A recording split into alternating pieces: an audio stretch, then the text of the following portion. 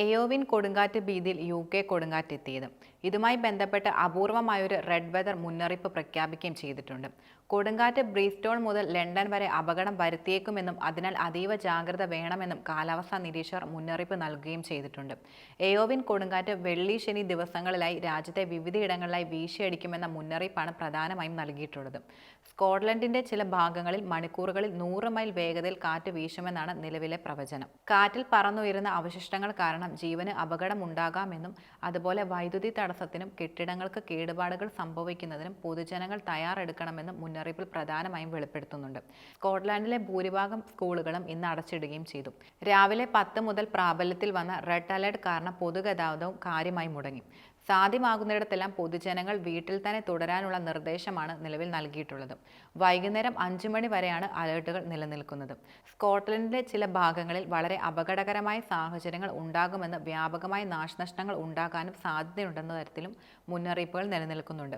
അയർലൻഡിലെ തീരപ്രദേശങ്ങളിൽ കാറ്റിന്റെ വേഗത 125 മൈൽ വരെ എത്തുവാനും സാധ്യതയുണ്ട്. കാറ്റിന്റെ വേഗത ഉയരുന്നതിനാൽ ജീവന് അങ്ങേയറ്റം അപകടകരമായ സാധ്യതയുണ്ടെന്നും ജനങ്ങൾ ജാഗ്രത പാലിക്കണമെന്നും ഐറിഷ് പ്രധാനമന്ത്രി സൈമൺ ഹാരിസ് മുന്നറിയിപ്പ് നൽകുകയും ചെയ്തു.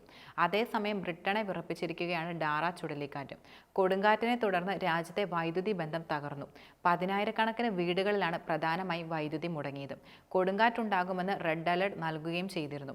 3 ദശലക്ഷം ആളുകൾക്കാണ് സർക്കാർ അടിയന്തര മുന്നറിയിപ്പ് നൽകിയത്. 145 കിലോമീറ്റർ വേഗത്തിലാണ് ഈ കാറ്റ് പ്രധാനമായും വീശുന്നത്. കാറ്റ് തീരപ്രദേശങ്ങളിൽ കനത്ത നാശം വിതയ്ക്കുകയും ചെയ്തു. ഇംഗ്ലണ്ട്, സ്കോട്ട്ലൻഡ്, വെയിൽസ് എന്നിവിടങ്ങളിൽ 86,000 വീടുകളിലാണ് വൈദ്യുതി മുടങ്ങിയത്. കനത്ത മഴയെ തുടർന്ന് രാജ്യവ്യാപകമായി വെള്ളപ്പൊക്കത്തിന് മുന്നറിയിപ്പ് നൽകിയിട്ടുണ്ട്. അയർലൻഡിൽ 40,000-ലധികം ആളുകൾക്ക് വൈദ്യുതി നഷ്ടപ്പെടുകയും ചെയ്തു.